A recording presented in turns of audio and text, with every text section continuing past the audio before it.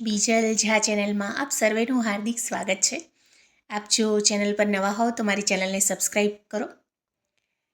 મા મહિનાની શરૂઆત થઈ ગઈ છે। મા મહિનો 30 જાન્યુઆરીથી 27 ફેબ્રુઆરી સુધી છે। હિન્દુ ધર્મમાં મા મહિનો ખૂબ જ પવિત્ર માનવામાં આવે છે। ધાર્મિક માન્યતા અનુસાર મા મહિનામાં શ્રી હરિ વિષ્ણુ અને માતા લક્ષ્મીની પૂજા કરવાથી સુખ અને સમૃદ્ધિની પ્રાપ્તિ થાય છે। તેમજ મા મહિનામાં તુલસી માતાની પૂજા કરવાથી ધન અને ધાન્યની કોઈ જ કમી નથી રહેતી। ધાર્મિક માન્યતાઓ અનુસાર મા મહિનામાં નિયમોનું પાલન ન કરવાથી વ્યક્તિને જીવનમાં ઘણી સમસ્યાઓનો સામનો કરવો પડી શકે છે। આવી સ્થિતિમાં મા મહિના સાથે સંબંધિત નિયમોનું પાલન કરવું વધુ જરૂરી છે। મા મહિનાની વાત કરીએ તો મા મહિનો શું છે? તો મા મહિનામાં ભગવાન વિષ્ણુ અને ભગવાન કૃષ્ણની પૂજા કરવામાં આવે છે। દાનની દ્રષ્ટિએ મા મહિનો ખૂબ જ શુભ અને ફળદાયી માનવામાં આવે છે। મા મહિનામાં કોની પૂજા કરવી જોઈએ? તો મા મહિનામાં સૂર્યદેવની સાથે ભગવાન વિષ્ણુની પણ પૂજા કરવી જોઈએ।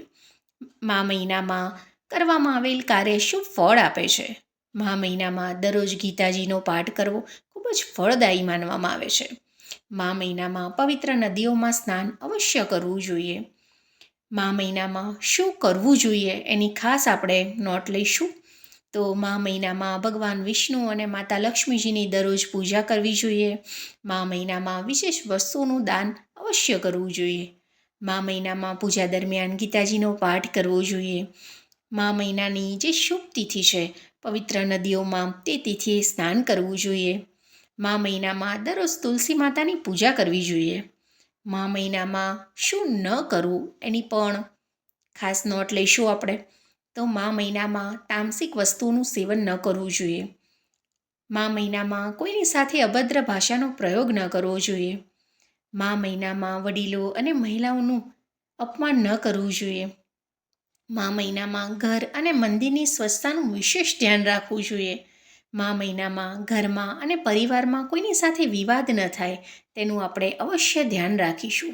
મા મહિનાનું ખૂબ જ વિશેષ મહત્ત્વ છે, કારણ કે મા મહિનો ખૂબ જ પવિત્ર માનવામાં આવે છે અને આ મહિનામાં તમે દાન કરો છો, પણ દાનના પણ ચોક્કસ નિયમો છે કે દાન માટે મા મહિના ખૂબ જ શુભ છે।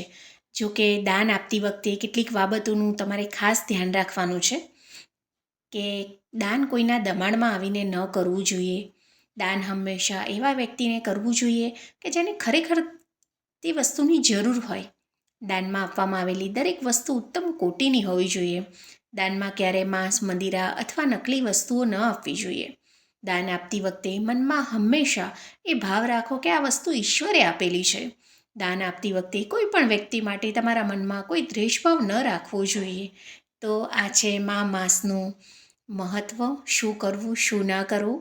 આપને જો અમારો વિડીયો સારો લાગ્યો હોય તો મારી ચેનલને સબસ્ક્રાઈબ કરવાનું ના ભૂલશો। મારા વિડીયોને લાઇક કરો, મારા વિડીયોને શેર કરો। જય શ્રી ગણેશ।